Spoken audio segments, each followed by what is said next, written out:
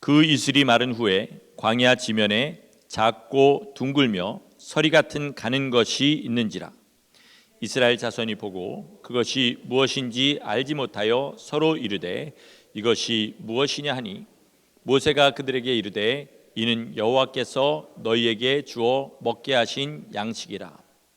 여호와께서 이같이 명령하시기를 너희 각 사람은 먹을 만큼만 이것을 거둘지니 곧 너희 사람 수요대로 한 사람의 한 오멜씩 거두되 각 사람이 그의 장막에 있는 자들을 위하여 거둘지니라 하셨느니라.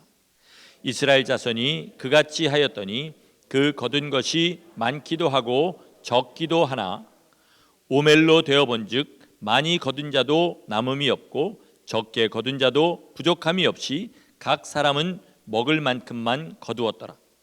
모세가 그들에게 이르기를 아무든지 아침까지 그것을 남겨두지 말라 하였으나 다같이 그들이 모세에게 순종하지 아니하고 덜어는 아침까지 두었더니 벌레가 생기고 냄새가 난지라. 모세가 그들에게 노하니라. 창세기 15장에 보면은요, 하나님께서 아브라함을 만나시고 그에게 약속을 주시는데 뭐라고 약속을 주시냐면 내 후손이 이방의 객이 될 것이다. 그러니까 나그네가 될 것이라는 거죠. 그리고 거기서 많이 고난을 당하다가 400년 후에 그 땅에서 나와서 어디로 오게 되냐면 지금 내가 너를 만나는 이곳으로 오게 될 것이다. 이렇게 약속을 하십니다. 그래서 아마 이스라엘은 하나님께서 그들에게 애굽에게 10가지 재앙을 부으시고 그들을 인도하여 내시고 홍해를 건너게 하시고 홍해를 건널 때에 그들은 건너게 하시고 애굽의 모든 군사들은 다 몰살시키는 것을 보면서 아마 하나님의 이 약속을 아는 사람들은 이제 끝났구나, 이제 하나님의 약속이 우리 가운데 다 이루어졌구나, 아마 이렇게 생각을 했을 겁니다.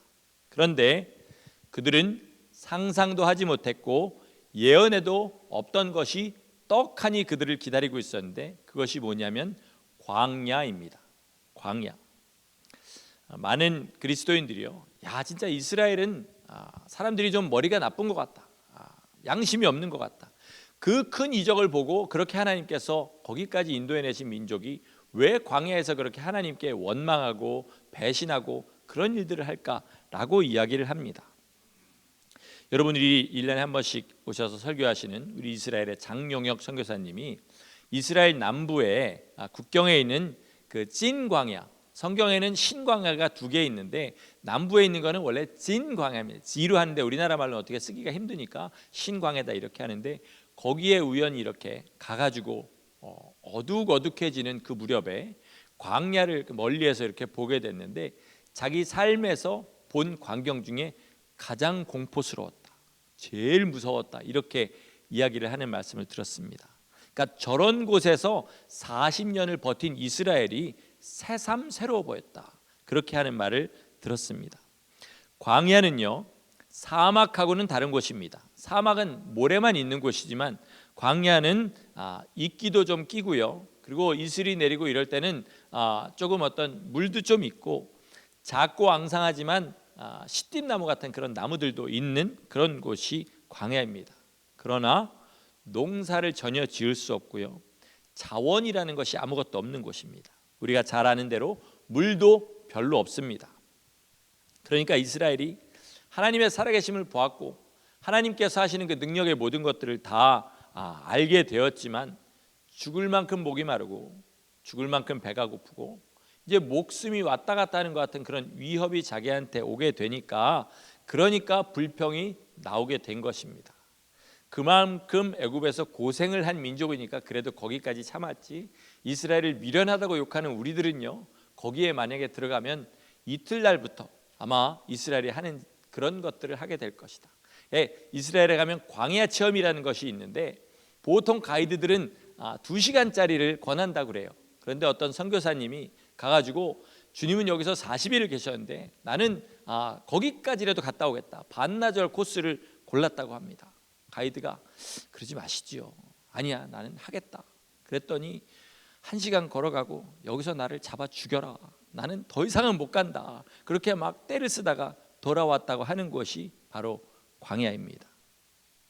그런데 여러분 출애굽기에서 여호수아까지를 이렇게 쭉 살펴보면요, 그 40년이란 기간 동안에 이스라엘이 얼마나 변했는지를 우리 볼 수 있게 됩니다. 처음에는 작은 것 하나도 순종하지 않습니다. 오늘 본문에서 보는 것처럼 만나를 다음 날까지 남겨두지 말아라. 그래도 말 듣지 않습니다. 또 다단과 아비람이라는 사람은 모세를 막 대적하고 네가 우리를 광야까지 이렇게 끌고 와서 죽게 만드는데 내가 왜 너를 리더로 그렇게 섬겨야 되겠냐, 그러면서 대적하다가 땅이 입을 벌려서 그들을 삼키는 일도 있었고요.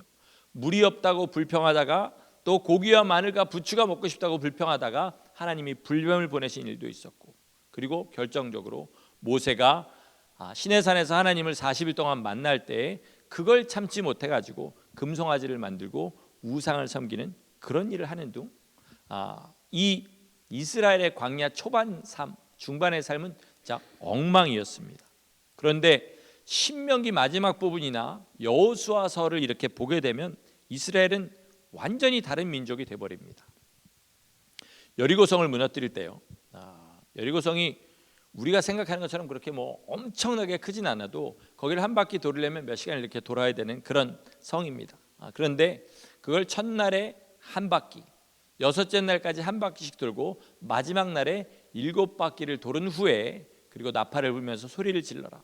그러면 5일, 6일 그리고 마지막 그 한 바퀴씩 이렇게 돌 때마다 먼지라도 좀 풀썩거리든지 뭐가 좀 있어야 될 거 아닙니까? 그런데 있는 그대로, 그죠? 우리가 하나님 앞에 변하지 않고 있는 것처럼 그냥 있는 그대로 그렇게 먼지 하나 풀썩거리지 않고 있습니다. 초반에 이스라엘 같으면요, 이게 도대체 뭐 하자는 짓이냐, 그죠? 못하겠다 그러고 나왔을 텐데 이 보면은 단 한마디 의심, 단 한마디 불평도 없는 것을 보게 되죠. 하나님 앞에 철저하게 순종하고 철저하게 그 입을 다무는 그런 백성들이 됩니다. 결론부터 이야기하면요, 이스라엘이 40년을 광야에서 보낸 그 기간은요, 말 한마디 잘못하고 하나님의 약속을 믿지 않아서 받았던 형벌의 기간이 아니라 이스라엘이 가나안 땅에 들어가서 반드시 겪어야 될 일들을 미리 겪게 하시는 훈련의 기간이었다는 것을 우리는 알게 됩니다. 그대로 가나안에 들어가도 결국은 멸망할 거기 때문에 하나님께서 광야에서 훈련시키셨다는 거죠. 우리 주님께서도 요단강에서 침례 받으시고 성령을 받으신 후에 바로 하신 게 뭐냐면 광야에서 40일 동안 금식하셨습니다. 그리고 또 40일 하나 더 하신 게 있는데 그게 뭐냐면 부활하시고 승천하실 때까지 40일을 이 땅에 머물러 계셨습니다. 40이라는 숫자의 의미가 뭘까요? 이스라엘에게 이 40년이라는 의미는요, 한 세대가 완전히 다 죽어서 새로운 세대가 시작되는 그런 기간이었습니다. 애굽에서 20살 이상이었던 사람들이 다 거기에서 나와서 결국은 죽게 되고 새로운 세대로 교체되는 데까지 40년이 걸리게 된 것입니다. 이것은 이제 우리한테 적용하면 뭐냐면 우리의 옛사람이 죽고 새로운 사람이 우리 간에 온전히 우리를 지배할 때까지 걸리는 기간입니다. 그게 꼭 40년일 필요는 없습니다. 그러니까 나 언제부터 예수 믿었나 이렇게 연수를 세지 마시고 내 안에서 새로운 사람이 나를 온전히 지배하고 새로운 사람이 생길 때까지의 기간이 그 기간이라는 것입니다. 그러니까 우리가 옛사람이 죽고 말씀에 순종하고 정말 주님께서 쓰실 만한 사람이 될 때까지의 그 기간이 뭐냐면 광야라는 것입니다. 여러분, 우리한테 광야의 기간이 꼭 필요하다는 것을 인정하십니까? 광야를 달라고 그렇게 막 기도하실 필요는 없습니다. 필요하면 주십니다. 괜히 기도했다가 받으면 다 못 버티고 거기서 쓰러지는 수가 있지만 아까 말한 그 선교사님처럼 하나님이 필요한 만큼의 광야를 우리한테 허락하시고 그래서 우리를 주님의 사람으로 만들어 가시는 것, 그것이 바로 우리 이 땅에서 주님께서 우리에게 주시는 은혜인 줄 믿으시기 바랍니다. 그러면 이스라엘한테 광야는 어떤 곳이었는지 우리 한번 좀 생각해 보면서 우리에게 좀 적용을 해보려고 합니다. 광야는 어떤 곳이었냐면 하나님의 도움 없이는 아무도 살 수 없는 곳이었습니다. 우리 세상 말로 계급장 띄고 한번 이렇게 생각을 해본다면 자연스럽게 내가 누군지를 알게 되고 하나님이 누구신지를 알게 되고 나 하나님 없이는 살 수 없는 사람인 것을 알게 되는 것이죠. 예전에 어떤 분이 공항에 갔더니 어떤 대형교회 목사님이 오시는데 주위에 막 경호원들이 검은 옷 입은 경호원들이 막 10명 이렇게 해가지고 오더라 이런 말을 들었습니다. 제가 만약에 그런 대형교회 목사라고 해보겠습니다. 그런데 광야에 혼자 들어갔습니다. 가서 뭐 하겠습니까? 제가 광야에서 제가 할 수 있는 게 뭐 있겠습니까? 딱 하나밖에 못합니다. 하나님 살려주세요. 그렇죠? 광야에 들어가면 자기가 누구인지를 알게 되고 하나님이 누구신지를 알게 됩니다. 세상 말로 주제를 파악하게 되는 거죠. 내가 뭔 줄 알았는데 알고 보니 아무것도 아니구나. 이걸 알게 되는 것이 광야인데, 그 광야에 들어가면 주님께서 이스라엘에게 가장 먼저 하는 것이 이제 뭐냐면 먹고 마시고 사는 것의 문제를 다루시기 시작합니다. 오늘 본문에서 이제 처음으로 주님께서 이스라엘에게 만나를 주시고요, 그리고 이제 어떻게 하는 것을 가르쳐 주는 것이 그것인데, 우리 주님 가르쳐 주신 기도에서 뭐라 그러죠? 오늘 우리에게 일용할 양식을 주옵시고 하루 쓸 양식을 달라고 그렇게 기도한 것이 이루어지는 것이 무엇이냐면 광야인 것입니다. 근데 이스라엘이 이제 첫날 먹으면서 맛이 있었을 것 같아요. 만나를 우리가 먹어볼 수 있는 길은 이제 없겠지만 맛이 있었을 것 같습니다. 그리고 배고플 때 먹으니까 또 얼마나 맛있겠습니까? 그런데 그들의 머리에 딱 스치는 생각이 분명히 이것이었을 겁니다. 뭐냐면 내일 안 주면 어떡하지? 이 생각이 머리에 들었죠. 그래서 오늘 본문에 보니까 어떻게 했냐면 다음 날 먹을 거를 남겨뒀습니다. 그죠? 그러니까 그랬더니 그것이 벌레가 생기고 악취가 나게 되었다, 이렇게 얘기를 합니다. 이게 뭐냐면 우리가 돈을 사랑하는 그런 마음입니다. 바울 사도는 돈을 사랑하는 것이 일만하게 뿌리라 그랬습니다. 우리 이 땅에 살아가는데 돈 필요합니다. 먹을 것이 분명히 필요합니다. 그러나 돈을 사랑하는 것은 일만하게 뿌리다, 이렇게 얘기하는 거죠. 이 사람들이 만나를 남겨둔 이유를 여러분 잘 한번 생각해 보시기 바랍니다. 첫 번째로 방금 제가 말씀드린 대로 의심이 있었습니다. 그죠? 내일 안 주시면 어떡하지? 그런데 그 의심의 더 깊은 곳을 한번 들어가 보면 죄가 뭔지가 드러나는데, 그건 뭐냐면 내일 하나님이 안 주시더라도 나는 굶지 않겠다. 이들의 마음은 그겁니다. 난 내일을 하나님 앞에 맡기지 않겠다. 나는 내 삶을 내가 개척하고 내가 준비해서 살아가겠다. 이 마음이 바로 이스라엘 백성들의 마음 가운데 있었던 거죠. 돈 욕심이 바로 그겁니다. 여러분 여기에서요, 여기 지금 계신 분들 중에 당장 내가 일을 못하면 일주일 내로 양식이 떨어지는 분 혹시 이 중에 계십니까? 제가 알기로 여기선 다 많이 먹어서 몸에 문제가 생기지 못 먹어서 문제가 생기는 분은 없는 곳이 이곳인 것 같습니다. 그죠? 다 그럼에도 불구하고 우리는 언제까지 먹을 양식을 구하냐? 혹시라도 뭔 일이 생겨서 내가 몇십 년을 돈 없이 직업 없이 살아도 먹을 만큼을 구하면서 그렇게 사는 거죠. 이게 무슨 마음이냐면 나는 나의 미래를 하나님 손에 맡기지 않겠다, 이런 생각을 하고 있는 것입니다. 돈을 모으지 말란 얘기가 아닙니다. 그냥 다 버리란 그런 얘기가 아니고 내 삶을 정말 하나님 손에 맡기겠다. 나는 광야의 길을 걸어가면서 주님께서 때리시면 맞고 다른 길을 걸어가게 하시면 걷고, 그렇게 하면서 오직 하나님이 기뻐하시는 형상을 이루겠다, 이런 마음을 가지고 사는 것이 광야라는 것이죠.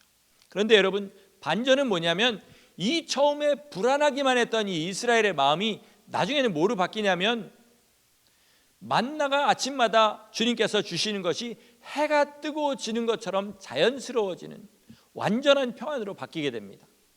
지금 먹는 양식을 먹으면서 내일을 걱정하지 않고요, 주님께서 말씀하신 대로 내일 일은 내일이 염려할 것이다. 그 삶이 광야의 40년의 생활 가운데서 이루어지게 되는 것이죠.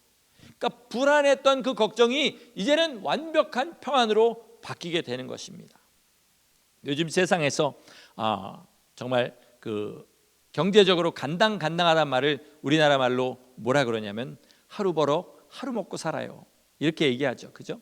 다들 이런 상태가 되면 세상에서는 정말 어려운 상태겠구나 이렇게 생각하지만 광야의 삶은 뭐였냐면 하루 벌어서 하루 먹고 사는 삶이었고 그것이 그들에게 완벽한 평안이었습니다. 여러분 정말로 주님을 사모하고 주님께서 주시는 그 담력과 평안이 내 안에 있기를 원하면 광야의 생활 가운데서 내가 하루를 벌어서 하루를 먹는 삶이 있더라도 나는 그 평안을 잃지 않을 만큼의 믿음이 필요한 겁니다. 여러분 이 믿음을 여러분 10년 가운데 하나님께서 주시기를 축원합니다. 만나의 또 다른 의미를 한번 생각해 보겠습니다. 그건 뭐냐면 이스라엘의 전 국민의 밥상이 평준화되는 것을 의미합니다. 자, 너 어제 뭐 먹었니? 점심에 뭐 먹었니? 물어볼 필요가 없습니다. 물어보나 마나 만나를 볶아 먹었니?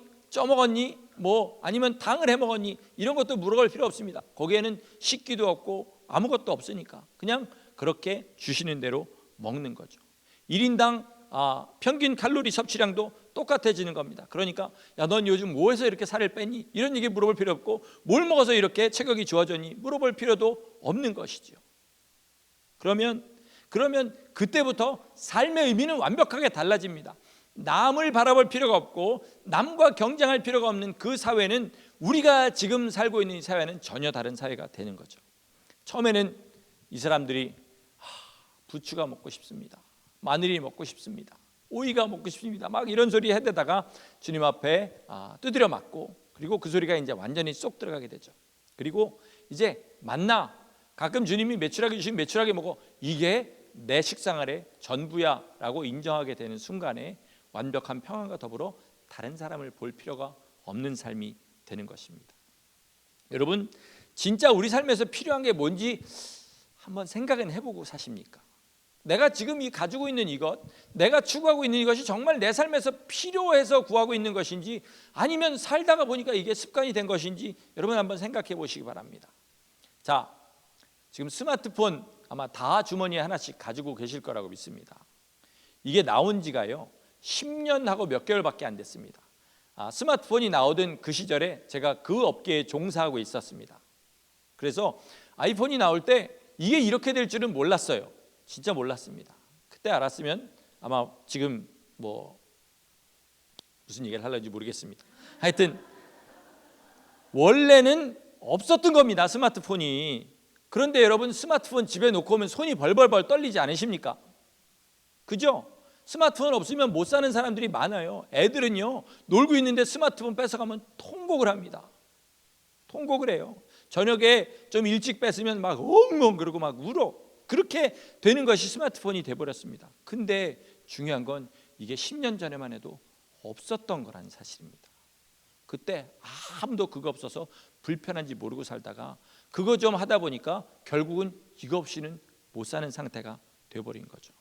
여러분이 지금 그래 우리는 어른이니까 스마트폰에 그렇게 중독 안 됐다고 해보겠습니다. 여러분이 지금 뭘 원하고 뭐 때문에 사시든지요 지금 과연 여러분을 괴롭게 하고 즐겁게 하고 여러분의 삶에 웃음 짓게 하고 울게 하는 그런 것들이 과연 여러분의 삶에 필요한 것인지 한번 보시라는 거죠. 만나고 메추라고가 있으면 40년을 광야에서 살 수 있었습니다. 그런데 우리는 삶에 필요한 게 얼마나 많아졌습니까? 이것을 한번 생각해 보면서 그래서 이스라엘은 이 광야에서 소유라는 것의 의미를 다시 한번 깨닫게 됩니다. 잘 아시는 대로 40년 걸려서 갈 길이 아니었고요. 광야의 그 길, 애굽에서 나와서 가나안까지 가는 그 길은 2주면 그냥 장정이 평범한 걸음으로 2주면 하루에 7, 8시간 걸어서 충분히 갈 수 있는 그런 거리였습니다. 500km 정도밖에 안 되는 거리였어요. 근데 40년을 돌 때요 하나님께서 구름이 떠오르면 채비를 하고 길을 떠나고 구름이 내려앉으면 거기에 자리를 풀고 거기에 장막을 치고 어떤 곳에서는 며칠밖에 못 있게 될 때도 있었고 어떤 곳에서는 몇 년을 머무르게 되는 일도 있었습니다. 자, 어떤 곳에서 우리가 몇 년을 머무른다 그러면 짐이 많고 물건이 많은 것이 편리하지요. 그런데 이사하면 어떻습니까? 힘들지요. 이걸 도대체 왜 사가지고 그때 많이 싸우죠. 막 부부간에 남편 이걸 왜 사가지고 이자할세 이렇게 힘들게 만들고 막 그런 일들이 일어나죠. 이사를 할 때 되면 어려운 일이 생기는 거죠. 그러니까 이스라엘에게 이 소유란 건 말이죠 필요하기도 하면서 애물단지기도 한 겁니다. 어디에 앉으면 쓸만하지만 들고 다닐 때는 헉헉거리게 만드는 거죠. 그리고 자기 가족을 아무리 많이 낳아서 열심히 다 들고 가도 더 이상 들고 다닐 수 없을 만큼이 되면 자연스럽게 버리게 만드는 겁니다. 여러분, 이게 소유의 양면성입니다. 지금 어느 집에 살면서 날마다 거기에 정착하려고 사는 게 우리의 삶이 되다 보니까 될 수 있으면 더 많이 가지려고 하는 것이 우리의 삶이 돼버렸는데, 여러분 알고 보면 이사 한번 할 때 보면 뭐 하려고 이것을 이렇게, 혹시라도 내가 곧 삶을 마칠 그럴 일들이 생겨서 정리할 때 되면 도대체 난 뭘 하고 살았나, 이런 후회를 하게 만드는 것이 우리의 소유라는 것이죠. 여러분, 많은 신앙인들이요, 없어도 부족한 것을 모를 때를 그렇게 경험하게 됩니다. 언제죠? 예수님 처음 만났을 때. 그때는요, 진짜로 아무것도 없어도 좋습니다. 저도 그때를 지났고 여러분도 그때를 지났습니다.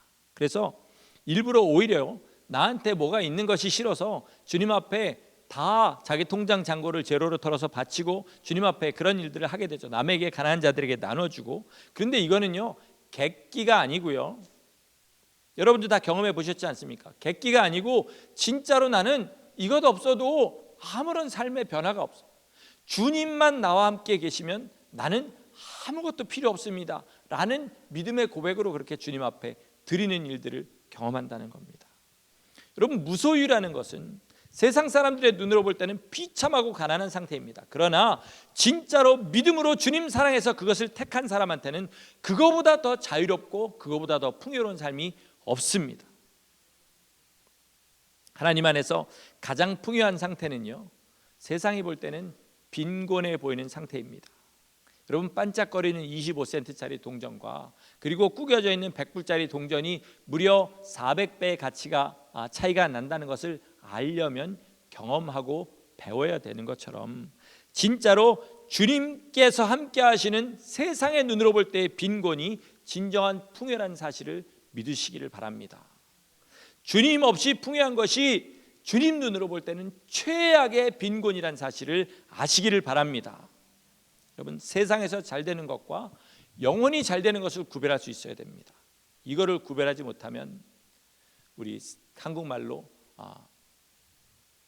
이거를 해도 되는지 안 되는지 모르겠는데 똥인지 된장인지를 구별하지 못하는 상태입니다. 그저 색깔만 비슷하다고 그래가지고 아무거나 찍어 먹지 마시기 바랍니다. 애굽을 막 나온 이스라엘이 바로 이 상태였기 때문에 주님께서 40년을 광야에 두셔서 애굽에서 묻은 모든 찌꺼기들을 다 제거하십니다. 육체와 마음은 별개라고 하지만 육체를 심하게 다루면 마음이 변합니다.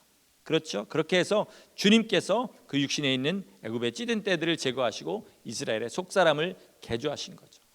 그러면요, 광야에서 과연 이스라엘은 그 자녀들에게 뭘 가르쳤을까요? 뭘 가르쳤을까요? 야, 공부 열심히 해라. 그래서 좋은 직업 가져야 여기서 승리한다.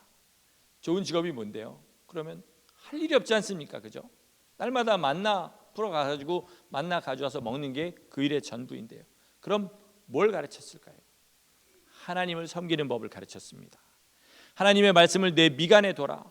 내 손목에 붙여라. 내 집 문설주에 새겨라. 그리고 내 마음을 다하고 뜻을 다하고 성품을 다하고 목숨을 다해서 내 하나님 여호와를 사랑해라. 이것을 말로 가르쳤고 삶으로 가르쳤습니다. 여러분, 우리가 우리 자녀에게 가장 많이 하는 말이 뭐냐면 내 믿음이라는 사실을 아시기 바랍니다. 이 세상에서 잘 되고 남보다 뭐 하나라도 더 잘해야 산다라고 만약에 삶으로 가르친다면 아무리 입술로 예수님을 가르쳐도 소용없다는 사실을 아시기 바랍니다. 여러분, 죄송하지만요, 여러분의 삶에도 광야의 기간이 반드시 있습니다. 그게 한 번 건넜다고 끝나는 것이 아니라 이 삶 전체가요, 광야입니다. 주님 앞에 설 때까지 광야입니다. 다만 어떤 때는 광야에 좀 풍성한 곳, 물이 있는 곳, 또 나무가 있는 곳에 잠시 머무르고 평안할 때가 있지만, 주님이 우리를 정말 사랑하신다면 예수 그리스도의 형상을 입게 하시기까지 우리를 광야에 메마른 곳으로 자주 인도하십니다. 아멘 하시기 싫으시죠? 그러나 그게 사실입니다. 이건 여러분이 굳이 아멘 안 하셔도 주님이 알아서 하실 일이니까 아멘 안 하셔도 상관없습니다. 근데 이스라엘에 미련한 사람들은요, 광야에서 벗어나는 것을 목적으로 살았습니다. 그래서 하나님 앞에 막 원망했습니다. 물을 달라고 하면 물도 주셨고요, 고기를 달라고 하면 메추라기도 보내주시고 이랬으니까 이번에도 원망하면 들어주시겠지. 그러고 왜 우리를 애굽에서 인도해내셔서 광야에서 죽이십니까? 하나님 앞에 막 그렇게 원망했더니 하나님께서 그들의 원망을 들으시고 그들을 광야에서 건져내셨습니다. 죽이셔가지고 밥숟가락을 놓게 만드신 거죠. 넌 더 이상 광야에도 필요 없는 인간이다 라고 그들을 광야에서 완전히 제거해 버리셨습니다. 그러나 하나님께서 왜 나를 여기로 보내셨는지 이해하지 못한다 할지라도 묵묵히 하나님을 신뢰하고 따라간 사람들은요, 비록 1세대에서는 여호수아 갈렙 2명밖에 안 됐지만은 2세대에도 엄마가 다 죽은 사람들이 있고 하나님을 따르다가 가나안에 들어간 사람들이 있었습니다. 여러분, 우리 교회 안에도요, 제가 여러분의 사정을 여러분 각자가 서로 아는 것보다는 좀 더 잘하니까 지금 광야의 시절을 지나고 계신 분들이 있습니다. 그런데 만약에 그 광야의 삶이 지금 하나님께서 우리에게 허락하신 것이라면 아무리 거기에서 벗어나려고 몸부림을 치더라도 벗어날 수 없습니다. 그럼 어떻게 해야 됩니까?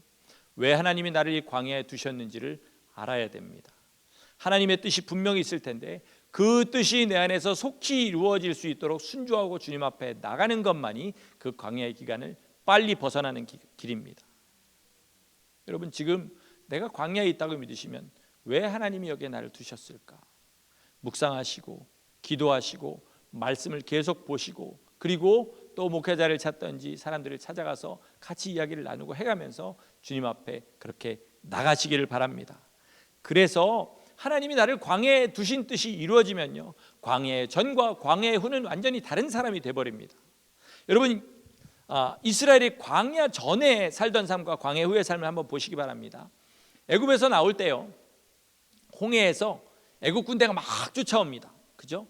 그랬더니 이스라엘이 기껏 한다는 건 뭐냐면 비명을 지르는 겁니다. 으악 비명을 지르고 모세한테 나가가지고 당신이 애굽에 매장지가 없어서 우리를 여기다 댔다 죽이느냐, 사실 성경에는 그런 욕은 안 썼겠지만 막 쌍시옷도 써가면서 막 욕을 하고 별짓을 다 했을 겁니다. 그때 하나님께서 하신 건 뭐냐면 너희는 잠잠하고 내가 하는 일을 보라 이러시고 처음부터 끝까지 주님이 다 하셨습니다. 홍해를 여시고 건너게 하시고 애굽이 따라 들어오게 하시고 애굽을 거기에 매장시키셨습니다. 그 일을 하셨지요. 그런데 40년이 지난 후에 가나안 땅에 들어갈 때는 어떻게 하시나 보세요. 너희가 가서 싸워라 하십니다. 그리고 이스라엘은 아무 소리 하지 아니하고 비명지르는 우리가 어떻게 저들하고 싸웁니까? 하지 아니하고 담대하게 가서 싸웁니다. 이스라엘에 무기가 있었습니까? 없었습니다. 40년 동안 군대 훈련 받았습니까? 안 받았습니다. 여러분, 이스라엘 전투를 보면 진짜 신기한 걸 보게 되는데요, 아간이란 사람 아시죠? 알간?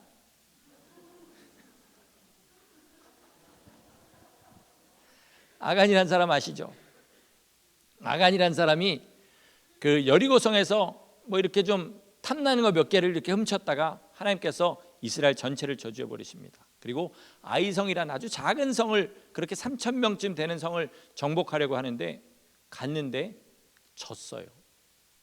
마음이 물처럼 녹았다고 그랬습니다. 그런데 진 게 몇천 명이 칼 들고 이렇게 싸워가지고 싸운 전쟁에서 져서 그들이 물처럼 마음이 녹은 게 몇 명 죽은지 아십니까? 36명쯤 죽었더라 이렇게 얘기합니다. 그리고 나머지 전쟁에는 뭐라 그러냐면 한 사람도 골이 나지 않았더라, 안 죽었다는 거죠. 다치지도 않았더라. 이런 비정상적인 전투를 한 겁니다, 이스라엘이. 그러니까 이렇게 주님께서 말하시면 무기도 없이 그냥 맨몸으로 들어가가지고 막 사람들을 죽이고 이런 전투를 하나님께서 앞에서 그저 나는 칼이 날라온 대로 칼이 나에 맞지 않고 몸도 상하지 않는 그런 전투를 하게 하실 때에 그런 말도 안 되는 전투를 할 만한 믿음과 신뢰를 주님께서 그들에게 허락하신 그 기간이 뭐냐면 40년이라는 기간인 거죠. 40년의 전과 40년의 후는 이스라엘은 완전히 달라진 사람이 되었습니다. 여러분, 지금 내가 광야를 걷고 있다고 생각하시면 이 광야 전에 나와 이 광야 후에 주님의 형상을 닮아 변화시킬 그것을 소망하면서 주님을 신뢰하고 자신을 맡기시기를 축원합니다. 나방이 있지 않습니까? 애벌레를 4번을 거쳐야 거기서 변화를 해야 나방이 된다 그럽니다. 그런데 그 거칠 때마다 변화할 때마다 그 집을 짓는데 그것을 우리가 소위 말하는 누에라고 하는 거죠. 근데 거기서 마지막 나비가 돼서 나올 때요, 조그만 구멍이 하나가 생깁니다. 그리고 거기에 날개가 이렇게 나와요. 근데 그거를 조금씩 그렇게 구멍을 넓혀가면서 나오는 시간이 자그마치 얼마냐면 24시간이 넘는다고 합니다. 어떤 사람이 그걸 보고 너무 안 됐어가지고 구멍을 좀 더 크게 해주면 쉽게 나오지 않을까, 그래서 구멍을 약간 이렇게 크게 해줬다 그럽니다. 그랬더니 정말 아니다 다를까 나비가 쉽게 이렇게 하고 나왔고 딱 나왔는데, 나오기는 나왔는데 몇 번 날개를 푸덕거리더니 땅바닥에 떨어져서 그냥 죽어버렸다는 겁니다. 왜 그런가 봤더니 그 누에 안에 자기가 나비가 되는데 필요한 모든 영양분이 다 들어있는 겁니다. 그래서 여기다 용을 쓰고 용을 쓸 때 반대로는 그 영양분을 빨아들여서 그것을 나비로 만들어 준다는 거죠. 여러분, 하다못해 나비도 이렇게 용을 써야 그 아름다운 날갯짓을 하게 되는데, 하나님의 형상을 입기를 사모하는 우리는 다 날로 먹으려고 합니다. 그렇죠? 최대한 고난 없기를 바라고요, 최대한 남들이 누리는 거 다 누리기를 바라고요. 나는 예수 믿지만 여러분과 내가 다른 것은 그저 주일날 교회 나온 그거 하나, 그거 다릅니다. 나머지는 여러분과 나는 똑같습니다 라고 불신자들한테 그렇게 가서 알랑거려야 되는 삶을 그치시기를 소원합니다. 마지막으로 우리 광야에 가면은 기쁨이 딱 하나 있는데, 그건 뭐냐면 하나님을 아는 기쁨하고 또 하나 뭐냐면 서로 사랑하는 기쁨입니다. 여러분, 광야에 뭐 있습니까? 아무것도 없어요. 그런데 무려 200만이라는 이스라엘 백성이 홍해를 건너서 광야로 들어갔습니다. 치는 게 사람입니다. 치는 게 사람. 옆집에 아이가 태어나가지고 방귀 뀌는 소리까지 다 들리는 거죠. 텐트 하나 막고 그러고 사니까. 그런데 거기에서 서로 사랑하고 사는 거죠. 그것만이 기쁨입니다. 올 한 해 우리 교회 표가 뭡니까? 서로 사랑하는, 사랑으로 하나 되는 교회가 되자. 이것이 우리 교회 표입니다. 그러니까 사랑하는 기쁨 빼고 나면 아무 기쁨이 남지 않는 것이 광야인데, 먹을 것도 걱정할 필요 없죠. 의복이 헤어지거나 신발이 다를 필요도 없죠. 어차피 처음 나올 때 입던 옷 그때까지 입어야 되니까 새 옷을 산다든지 그것을 더 꾸민다든지 그럴 필요도 없죠. 장막도 가져온 거 그대로 40년 동안 헤어지지 않았으니까 집을 리모델링 한다든지 뭐 화장실을 새로 판다든지 이런 일을 할 필요 없는 거죠. 그러니까 뭐 하냐면 서로 사랑하면서 사는 겁니다. 예수님 안에서가 아니죠. 여호와 하나님 안에서, 주님 주신 말씀 안에서 서로 하나 되고 사랑하는 삶을 그렇게 사는 거죠. 세상의 모든 가치들이 다 허물어질 때야, 그때야 사람이라는 가치가 얼마나 중요한지를 알게 된다고 합니다. 내 삶에서 건강이 없어질 때쯤 돼야 내가 건강한 것이 무엇인지 알게 되는 것처럼, 지금 주위에 널린 것이 사람이고 날마다 만난 것이 사람이라 사람이라면 지긋지긋해 한다 할지라도, 그러나 실제로 우리에게 주님께서 주신 밭에 묻혀진 부활은 뭐냐면 내 옆에 있는 사람, 그 사람을 주님 사랑하듯이 사랑하는 것이 보화라는 겁니다. 우리가 일주일에 한 번씩 교회에서 만나는 일이 참 많죠. 여기 계신 분들은 뭐 수요일 날 아무리 제가 광고하고 또 광고해도 정말로 토암산의 그 바위처럼 꿈쩍도 안 하시고 안 나오시고 단 한 명도 늘지 않아요. 기적입니다. 수요일 날 금요일 날 나오시라 그래도 단 한 명도 더 나오시는 분이 없습니다. 진짜로 주님 앞에 좀 그렇게 변하지 않고 사시기를 예수 이름으로 축원합니다. 우리가 일주일에 한 번씩 만나면요, 다 괜찮은 사람 같습니다. 그죠? 1시간 괜찮은 사람 연기하는 거 어려운 일 아니까요. 우리가 후반기에 모시려 하는 김용희 선교사님 계시지 않습니까? 이분은 순회 선교단이라는 그 선교단을 이끌고 계시는 분인데, 이 순회 선교단은 뭐 하는 곳이냐면 선교에 못 마친 사람들을 데리고 선교사들을 돕는 선교를 하시는 그런 공동체인데, 여기에 들어가려면요 무조건 자기 삶을 헌신하는 표로 부동산, 동산 다 정리해야 되고요, 통장 잔고를 제로로 만들어야 됩니다. 그리고 그 다음부터 공동생활을 하는 겁니다. 공동생활. 여러분, 이게 이스라엘의 광야 생활과 참 비슷하죠. 근데 여기에 반전이 있습니다. 뭐냐면 아무리 자기 삶을 헌신한 사람도요, 자기 통장을 제로로 만들 만한 믿음을 가진 사람도요, 같이 살아보면 진짜 문디도 그런 문디가 없다. 그분 표현이 그겁니다. 정말 문디도 이런 문디가 없다. 저걸 어떻게 선교사라고 자기 삶을 바친 사람이라 할 수 있을까라고 할 정도로 민낯이 드러나면 다 거기가 거기라는 겁니다. 왜 이런 말씀을 드리냐면, 우리 교회가 서로 사랑하자고 했는데 여러분이 지금 사랑해야 되는 대상들이 알고 보면 다 그렇다는 겁니다. 저랑 같이 살아보면 아마 교회 나가실 겁니다. 저도 지저분하고 더러운 데가 참 많아요. 같이 살면 와, 이거 교회에서 보던 목사가 아니네 라고 생각하실 수 있습니다. 하물며 여러분 어떠시겠습니까? 그죠? 같이 살아보면 다 거기서 거기고 결국은 실망하게 되고 교만하든지 지저분하든지 신의가 없든지 아니면 정말 삶이 아주 더럽든지 이런 삶들을 다 살고 있는 거죠. 그러니까 미리 그것을 아시고 사랑하시라는 겁니다. 내가 그런 사람일 때 주님께서 나를 사랑하시고 나에게 가치를 주셨는데 얼마만큼의 가치를 주셨느냐? 자기 몸을 십자가에 달려서 그 고난을 당할 만큼의 가치를 내 이 쓸데없는 인생에게 부여해 주셨습니다. 내가 정말 자격은 없지만 주님께서 그 피를 흘리실 만큼 가치를 받았다는 사실을 인정하십니까? 그게 아멘이시면 지금 내 눈에 아무리 추악해 보이는 사람, 아무리 교만해 보이는 그 사람도 주님께서 똑같은 가치를 부여했다는 사실을 믿으시기를 바랍니다. 그 사람이 밭에 묻힌 보화니까 그 사람을 사랑하는 것으로 주님이 주신 보화를 캐라는 거죠. 여러분, 우리는 다 광야의 길을 걷고 있습니다. 지금 어떤 사람은 조금 좀 평안한 길, 어떤 사람은 메마른 곳을 걷고 있을 뿐이지 결국은 그 목적지는 같고요. 그 목적지를 건너서 마지막 가나안 땅에 도착했을 때 주님께서 우리에게 보시는 것은 뭐냐면 너 얼마만큼 나를 닮아서 왔니? 얼마만큼 나를 닮아서 사람들을 사랑하고 나에게 충성하고 그렇게 하다가 여기에 왔니? 라는 것을 보시게 된다는 거죠. 그것이 우리가 주님 앞에 내놓을 열매라는 것입니다. 여러분, 이 광야의 생활에서 지금 너무나 죽을 것 같고 어려운 생활이라 할지라도 주님이 나를 주님의 형상을 빚으실 그날을 소망하시기를 축원합니다. 그래서 오늘 하루를 비록 내 육신은 너무 고통스럽다 할지라도 소망으로 이기고 소망으로 기뻐하면서 그리고 반드시 이 광야의 삶을 지나서 가나안 땅에 들어가서 주님과 영원히 사랑하는 그리고 이 땅에서 사랑하는 성도들과 영원히 사랑하는 그런 복된 삶을 사시기를 예수 그리스도의 이름으로 간절히 축원합니다. 아멘. 기도하시겠습니다.